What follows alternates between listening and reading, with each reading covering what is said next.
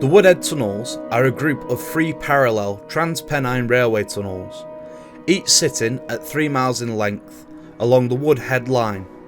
In days gone by, the Woodhead line was a major link from Manchester to Sheffield and back again.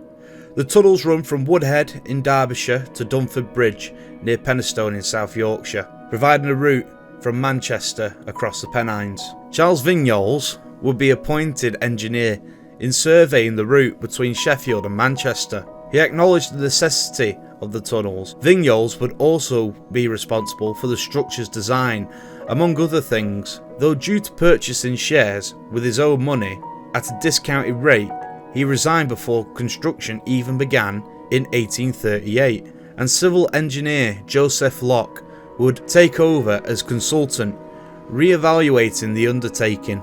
Land had been purchased for the construction of the 2 tunnels. However, at this point, only one would be constructed. Tunnel 1. The estimated expense would double from around £100,000 to £200,000, and contractors were provided with new, detailed specifications. Joseph Locke would also supervise construction, and in the event that something went wrong, had prepared backup plans. Over the course of the construction, the total number of individuals employed to work on the tunnel sat at around 1,500. However, due to the limited space, there would generally only be 400 actually in this new tunnel at the time. Over 150 tonnes of gunpowder was estimated to be used in the blasting, whilst over 8 million tonnes of water was pumped out during the construction period. Come its completion in 1845, the tunnel sits at around 3 miles and 13 yards in length, nearly 5,000 metres from one end to the other. This was the first Trans-Pennine Railway tunnel to be constructed and cost a total of £200,000, which has the spending power of roughly 20 million in today's money. It would also become Britain's longest railway tunnel. More importantly, however, it also cost in blood. 30 people were said to have died, 200 miners were maimed, and 450 miners suffered some degree of injury under the harsh working conditions required to construct the tunnel.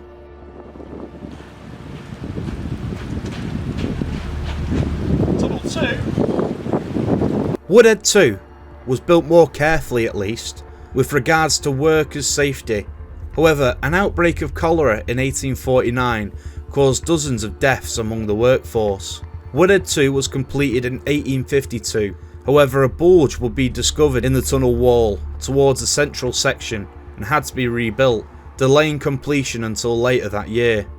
Together, the Woodhead tunnels would see an average of 250 steam trains per day in each direction, which had a massive impact on the route's economy well up into the 1950s.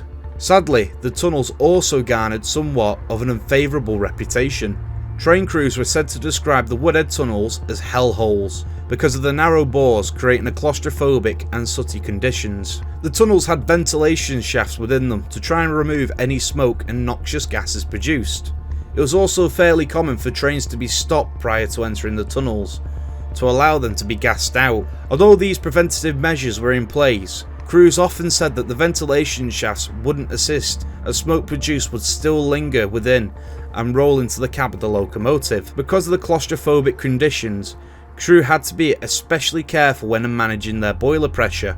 If the pressure was to increase above a safe level, valves would open on top of the locomotive and relieve this excess pressure. But inside the tunnel, if this was to happen, it would blast the roof, causing all the soot and dirt built up on the walls to fall off and enter the cab. Some crews would say you could enter the tunnel clean, and upon exiting the other side, you would be as black as the ace of spades. Some crews had methods to combat this, and would use a wet handkerchief to breathe through. There was even a locomotive that created such unbearable conditions within the tunnel that the London and North Eastern Railway had to fit it with gas masks. Crews often favoured locomotives with an enclosed cab when travelling on this route, as it would alleviate some of the bad conditions, but never cure it. Bloody train's late. Just as a side note, tunnels are dangerous places, and it has happened on the Somerset and Dorset Railway, where an engine entered the tunnel and knocked out its crew, because of the smoke the engine produced, and as a result the engine became a runaway. So this highlights why crews treated tunnels with a large amount of respect. This would lead it to being planned to be converted to an electric route in the 1950s to eliminate emissions produced by both diesel and steam. However, the tunnels were too narrow to accommodate the overhead line equipment required, and thus both tunnels would close in 1953. Which brings us nicely to Tunnel 3. Woodhead 3 would not be constructed until a century after Woodhead 2. It was somewhat longer than the other two tunnels, sitting at 3 miles and 66 yards, and was constructed with overhead electrification in mind. Designed by Sir William Halcrow and partners, as directed by the Ministry of Transport's requirement, the shaft required a height of 7.6 metres. Woodhead 3's construction, however, wouldn't come without its own tests. A couple of roof collapses during 1951 in roughly the same area revealed a weakness in the structure's stability. A series of ribbed arches would be installed in this section, and 500mm thick concrete lining would reinforce the entire tunnel and provide much needed ventilation. Woodhead 3 would also be constructed nearby to the previous Woodhead tunnels, being as close as 21.4 metres in some areas, which proved to be somewhat advantageous.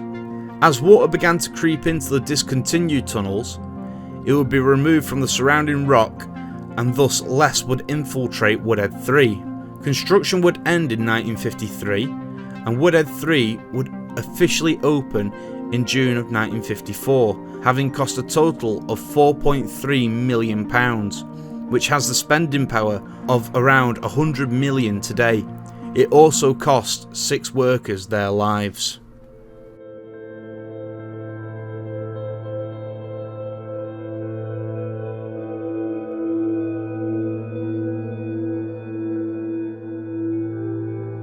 In the 1960s, there was a proposal to build the M67 motorway through the Woodhead tunnel, closing it to rail traffic, but this did not happen, and only a portion of the M67 was built. But all good things must come to an end. In 1970, the final passenger trains ran through the tunnel. The last train was ran on the 17th of July 1981. Woodhead 1 and Woodhead 2 were bought by National Grid, and they had laid power cables through the tunnels. In 2007, the National Grid proposed plans to run power cables through Woodhead 3. Although there was a bit of an uproar by the public, people in Derbyshire wanted the government to reopen the link from Manchester to Sheffield, but the government said it was unlikely that a rail line would ever run from Manchester to Sheffield along this route, so permission was granted for National Grid to lay cables through Woodhead 3. The government said that if there was ever to be a rail route through the Pennines again, they would just dig another tunnel. Today you can still visit the tunnels at the Woodhead end, but at the Dunford Bridge end you can only catch a glimpse of them.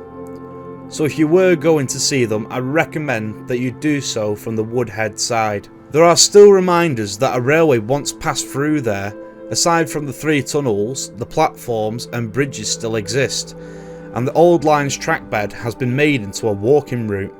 If you're a railway enthusiast, then it's a pretty cool site to go to, or even if trains aren't your thing, then bring a bike and cycle down the old line and just think what it would be like riding the rails towards the hellholes that are the Woodhead tunnels.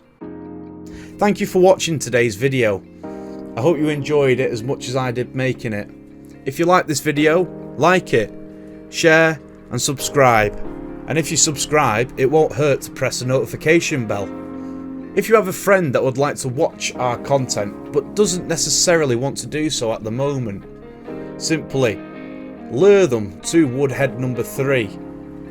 Let them in through the steel gate and then leave them with a computer or an iPad of some sort preloaded with all our content, and just say, I'm nipping out for a minute, just wait here, and then lock them inside the tunnel and only let them out once they have finished watching every single one of our videos. Thank you very much, see you in the next one.